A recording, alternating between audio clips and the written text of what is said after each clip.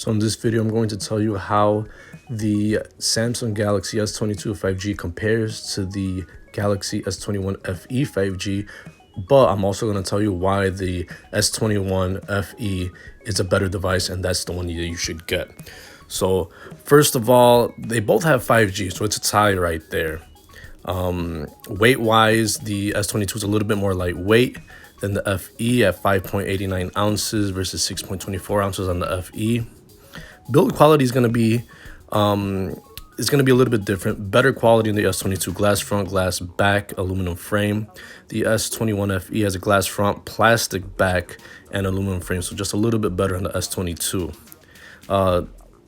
The S22 has an eSIM available on it, while the S21 FE in some markets only has dual SIM, but both have IP68 dust and water resistance, the exact same, so 1.5 meters for 30 minutes. For the screen, the S22 has 120 hertz refresh rate versus the also 120 hertz refresh rate on the S21 FE. So you're both getting fast refresh rates. So that's typically found on more higher end devices. Now the size of the screens are different. The S22 is smaller, 6.1 inches versus the 6.4 inches on the FE. So that's going to matter to a lot of people, but obviously some people like bigger screens, and that's where the market generally is at. The resolution for both screens are at 1080p, so very similar resolution, and they both have always on display. So screen wise, they're pretty much the same, except that the S21 has a bigger screen size wise. Both of them are going to have almost the exact same type of software. They'll feel exactly the same, run the same type of apps. They're both running Android 12 with Samsung UI on top, so that's not going to be different. Chipsets are a little bit different, but they're both very high-end. S22 has a newer Snapdragon 8 Gen 1 versus the Snapdragon 888 on the FE. It's not going to matter in performance. They're going to run almost the same. Both of these start off at 128 gigs in internal storage, so that's the same, and neither of these have a microSD card slot. They do differ in RAM though. You got 8 gigs on the S22 versus 6 gigs on the FE, and honestly, it's not really going to matter for day-to-day apps and regular usage for regular people. Now for the camera systems, both of them have great camera systems, except that the main one on the S22 is 50 megapixels. You get a 10 megapixel telephoto, 12 megapixel ultra wide. So 3 cameras right there, very good. S21, 12 megapixel main shooter, 8 megapixel telephoto, and 12 megapixel ultra wide. So the cameras do not differ that much. You're going to get great quality out of both of these. It's going to be very hard to even tell the difference when you take videos and pictures with these. Now, one difference is that you do get 8K video on the S22, but you get 4K on the S21. And honestly, this is not going to be that different in general usage. Not a lot of people are going to be taking 8K video for the most part. Selfie cameras, 10 megapixels on the S22, 32 on the S21, both shooting 4K, so they're both going to be very nice. Both have stereo speakers. Neither of these have a headphone jack. Bluetooth 5.2 on the S22, 5.0 on the S21 FE. It's not going to matter. They're both going to connect very good to your headphones, your watch, and stuff like that. And let's see here. Both have USB Type-C for charging, so that's no different right there.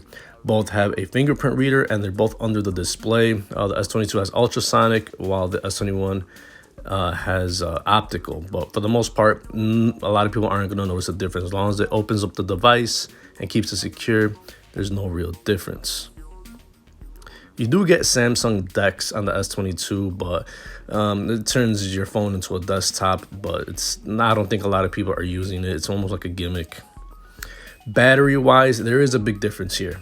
Samsung S22 has a 3700 milliamp battery, which is very small by today's standards, where the usual is 5000 milliamps. S21 has a beefier 4500 milliamp battery, not as big as the 5000, but it's very, very close. Both charge with fast charging at 25 watts, which will give you 50% charge in 30 minutes. Both have fast wireless charging at 15 watts, and they both have reverse wireless charging. So for the most part, the S21 has pretty much all the same features. From a usability standpoint, it's going to be it's going to behave exactly the same as the S22.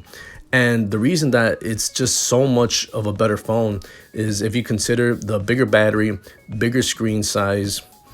But the best thing about it is that it's going to be way cheaper. Now, if you talk about just regular pricing, unlocked, the S22 is $800. The S21 FE is around $700.